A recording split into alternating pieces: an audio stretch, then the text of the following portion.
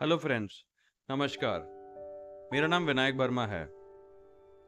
इस case study में हम बात करेंगे कि एक हमारे क्लाइंट थे जिनका एक पुराना घर बिका था। वो रिटायर्ड थे और उनकी कोई भी इनकम नहीं थी, बट उनके बेटे जो थे वो आईटी फर्म में काम करते थे और उनकी अच्छी सैलरी थी। तो अब जब उन्होंने घर बेचा तो उनको कैपिटल गेन आया, तो उस पर टैक्स काफ़ी बड़ा बन रहा था। तो उन्होंने डिसाइड किया कि वो एक नया घर खरीदेंगे और अपने टैक्स को बचाएंगे। तो उसमें जो प्रोविज़न है इनकम टैक्स का कि आप 2 साल के अंदर घर खरीद लें या 3 साल के अंदर प्लॉट लेके घर को कंस्ट्रक्ट करा लें। अब जब भी हम कोई नए घर की बात करते थे जो अंडर कंस्ट्रक्शन है, वो 3 से 4 साल का डिलीवरी पीरियड था। तो उन्होंने सोचा कि मैं एक प्लॉट लेके कंस्ट्रक्ट कर लेता हूँ। तो उन्होंने एक प्लॉट को बाय किया जिसकी डिलीवरी करीबन 1 साल की थी। अब दुविधा ये थी कि प्लॉट जो नया ले रहे थे और उस पर जो कंस्ट्रक्शन करनी थी, तो सारा पैसा उनके हिसाब से नहीं हो पा रहा था।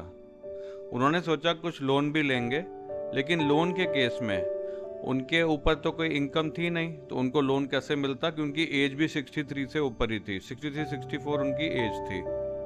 बट उनका बेटा जो था उसकी एज 45 थी और उसकी जो इनकम थी वो करीबन मोटा मोटा पकड़ेंगे तो महीने की 2-2.5 लाख रुपए की इनकम थी। गांव से थे ये लोग, इनकी शादी जल्दी हो गई थी।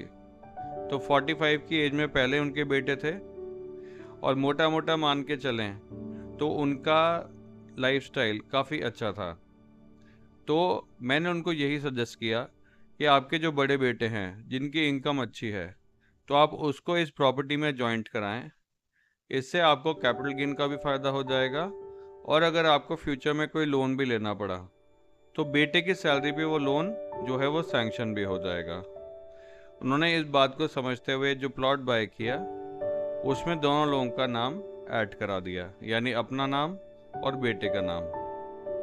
और उसके बाद में जब उन्होंने प्लॉट लिया तो उसके करीबन 3-3.5 महीने बाद जो है उनकी किस्त जाने लगी प्लॉट की, तो वो पे करते गए।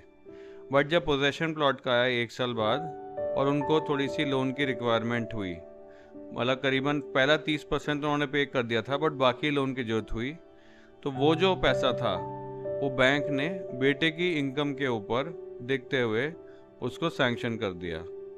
तो आई होप ये पॉइंट आपको समझ आएगा और जब भी आप कैपिटल गेन बचा रहे होंगे तो इस पॉइंट को भी ध्यान रखेंगे, जिससे कि आपका ना केवल टैक्स बचेगा बट आपको एक अच्छी प्रॉपर्टी भी मिल पाएगी। क्योंकि कभी कभी लोग इसमें कॉम्प्रोमाइज़ कर जाते हैं, क्योंकि एक्चुअली स्पीकिंग तो जितने में आप प्रॉपर्टी बेचते हो आपको उतनी की ही नहीं लेनी होती है, चाहे आप प्लॉट लेके कंस्ट्रक्ट करो चाहे आप नहीं खरीदो।